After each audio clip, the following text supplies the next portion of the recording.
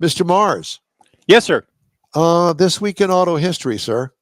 We found quite a few things in this week in auto history that were rather interesting. For example, in 1901, the very first Detroit Auto Show opened with 2 electric and 2 steam-powered cars. Now, that kind of gives you an idea how long we've been jacking around with electric cars and still haven't figured it out.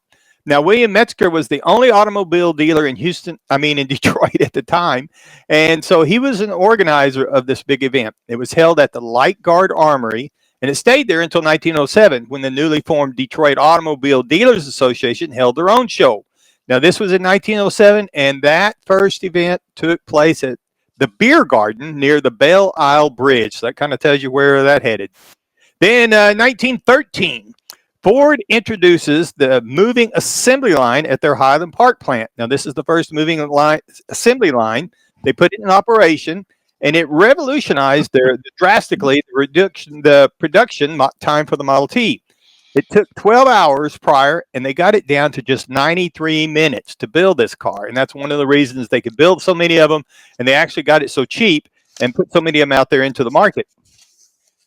1919, General Motors actually acquired Chevrolet. Now, this is kind of a weird deal because originally Chevrolet was founded by Louis Chevrolet and the GM founder, William C. Durant, because Durant got kicked out of GM because he tried to buy killed out. Yeah, got kicked out of GM because he was trying to buy Ford, overextended the company. They almost went bankrupt, so they fired him.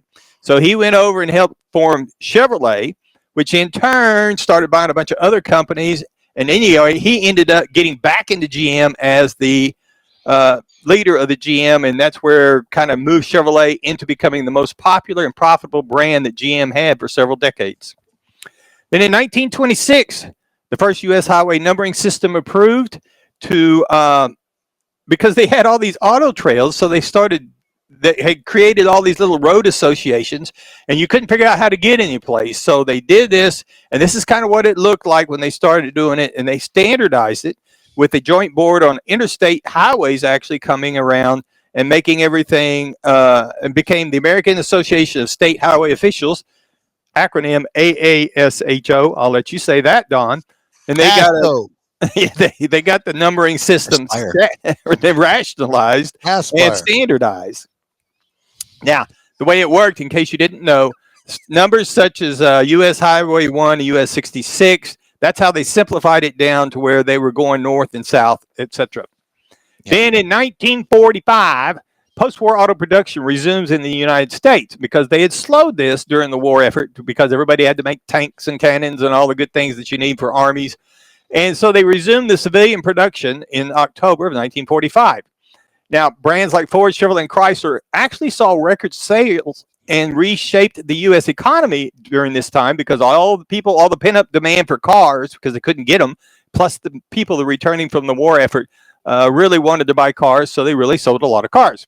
1973, the OPEC oil embargo begins. I know there's a lot of people out there that they weren't here, they didn't understand what was going on there, and I did not understand that this global energy crisis was caused because the Arab petroleum exporting countries decided they were going to embargo everybody in the world that helped Israel during one of their little short wars, and so that's what they did. But what that in turn did changed consumers. That's where we started buying smaller, more efficient cars, and got us into the 1970s automotive landscape where all the horsepower went away, killed the muscle cars, and just changed everything and started us down the path we're in now.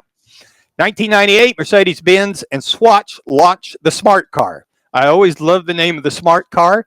It was a little two-seater. It was designed for urban mobility, very compact, fully fuel efficient, very niche vehicle. And I remember when they brought them into Austin, I drove one of them actually, and they thought, oh, the college kids are going to rent them and take care of them and all that stuff. But in Texas, it doesn't work. It's just too far. You got to drive 20 miles to get any place. The car wouldn't go over 50 miles an hour, or at least that one that year wouldn't. So that was kind of they moved it on out, took it away. So then in 2013, Tesla launched their Supercharger Expansion, and this is where it really started getting, where electric vehicle infrastructure started coming out, and they extended the routes across America. This is the way it looked.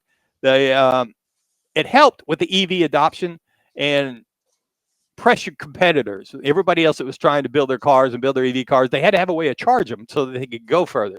So now we're kind of working around. Hopefully, one of these days, we're going to standardize on something that all the EVs can handle and all the EVs can do, and that'll help the market a whole lot. But until then, that's just some of the things that were this week in automotive history. All right. Thank you, sir.